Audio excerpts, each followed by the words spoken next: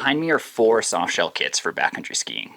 I've organized them in both the anticipated weather you might use with each kit, as well as skier ambitions, so how fast you want to move, what your goals are for a kit like that. There are 2 constants you'll need to understand to kind of understand each kit and how they compare to each other. The first is going to be CFM, which is cubic feet per minute. It's a measurement of how much air, how many cubic feet of air will pass through the membrane of a jacket in 1 minute. High CFMs are 40, 30 is amazing. Low CFMs are single digits, 10, 15 we would still consider pretty low. For context, the CFM of like a Gore-Tex Pro crinkly jacket is 0. So all of these are breathable kits in comparison. The next constant is going to be grams per square meter. This is a measurement of merino base layers. I will also be using different base layers to match each kit, and those will all be expressed in grams per square meter, with like 200 being my high end and 115 being my low end. There are much higher, like 300 grams per square meter in other wool base layers, just not the right pieces for me. The last thing to understand is that these are my softshell kits. They are part of a system we use at Alpenglow Sports. That system is one of 2 insulated outer layers. You have like your lightweight insulated outer layer and you have like your Gore-Tex insulated outer layer. Those are basically the only things that would change drastically between days, is which outer layer am I bringing? Is it like the gnarliest storm day, I'm gonna bring something that's Gore-Tex? Or is it just another Tahoe sunny, beautiful day? I'll just bring a puffy that I'll throw on over my soft shells. And of course, socks are always consistent.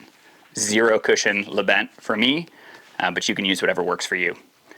We're gonna get right into it. This first kit is the Daily Driver Kit. This is a kit I want to be as versatile as possible while still being breathable enough for any ambition. This is the kind of kit where you don't yet know what you're gonna run into, so you need to kind of be ready for it all. I'm gonna start with an Artilect 125 weight zoned base layer. This is a merino base layer that performs like polyester. If that's lost on you, I can explain in more detail. 125 weight is this middle ground where I have a warm enough textile for a wet day, but a thin enough textile to breathe and dry very quickly. Artilect is the bee's knees if you don't know. On top of this, I'm layering the Raide TechTour Bib. This is a bib that is a hard shell and soft shell combo, and it's chosen for the Daily Driver Kit because it's just ready for anything. Whether it's a deep boot pack or a really hot day, these bibs perform great across a wide variety of scenarios. My favorite softshell jacket of them all is of course my daily driver choice. It is the Rab Borealis. This is a super cheap jacket. It's only 120 bucks. That breathes amazing. It's got to be 30 CFM and is super durable. It's held up to 100+ days of hard backcountry skiing, and that's what I need out of my softshell jacket. This kit usually gets my lighter weight insulated outer layer thrown over the top to keep things moving.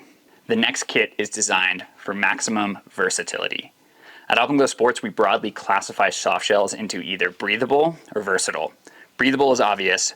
Versatile to us means greater comfort over a wider range of scenarios. We use a maybe thicker softshell that doesn't breathe as well, but will hold up to more precipitation, more wind, and just more adverse weather.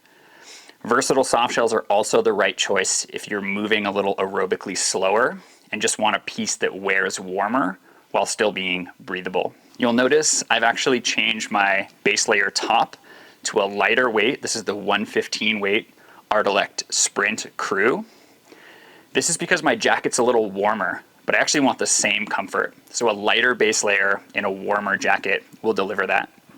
I'm wearing the same bottoms. These are 125 weight zoned from Artilect. I don't need to change the bottoms because the pants actually perform quite similar to the Raide pants.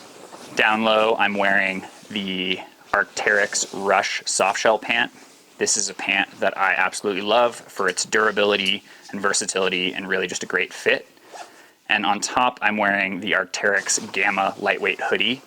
This is a jacket that breathes incredibly well while shedding just the perfect amount of precip, blocking the perfect amount of wind, and really is a super versatile piece that I'm turning to more and more.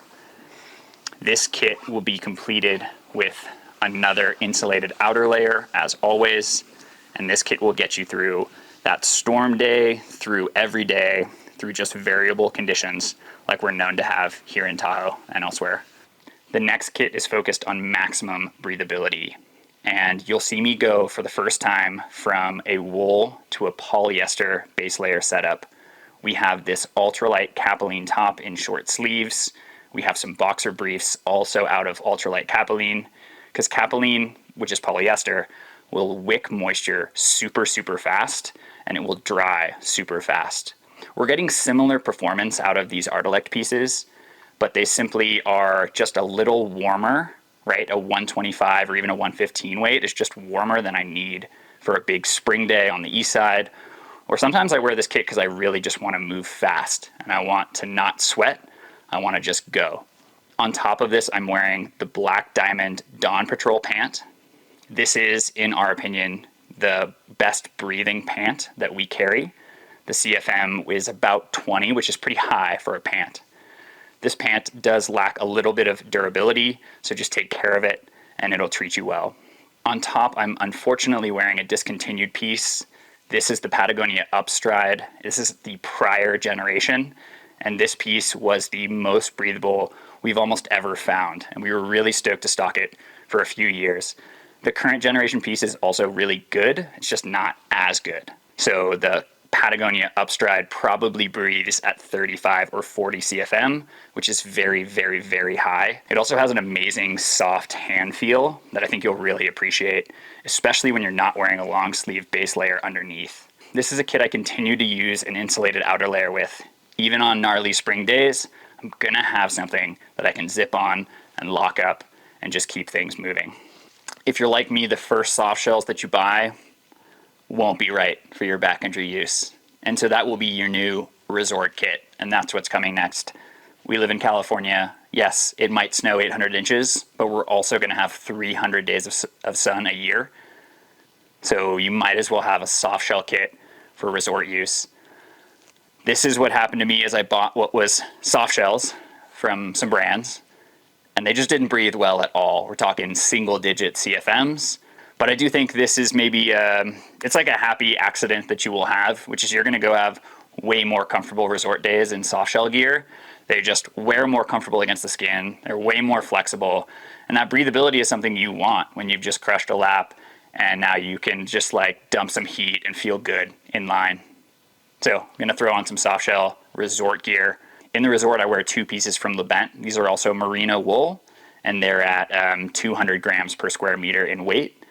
It's funny to say that at 200 grams per square meter, these pieces are way warmer than the 125 Artilect and way warmer than the 115 Sprint pieces from Artilect. And that's just fine, because this is my resort kit. I want to be warm when I'm standing around. I think both of these pieces are Dissensionists from Patagonia, but I don't honestly remember. These are 4 kits you can use for 4 different weather conditions and skier ambitions, and we hope we found something that worked for you. With soft shells, there are no right answers. But Alpenglow Sports has been doing soft shell for decades now, and so we are a great filter with which to go through, which is to say, ask us your questions. For this skier ambition, what are the right pieces? Given my weather, what should I look for? And we have a lot of experience that we are so happy to share. We don't currently list all of our apparel products online. It's simply too much work for a small single shop like ourselves. But if you let us know what pieces from this video you'd like to buy, I will put them on the website and I will drop you a link and we can make that happen. So just drop it in the comments, drop your questions in the comments. Super curious to hear what you're wearing and how it's performing, and maybe how you would label your kits. Are they versatile? Are they breathable? None of the above. Just let us know. I'm Max. You now know what I look like out there, so come say hi.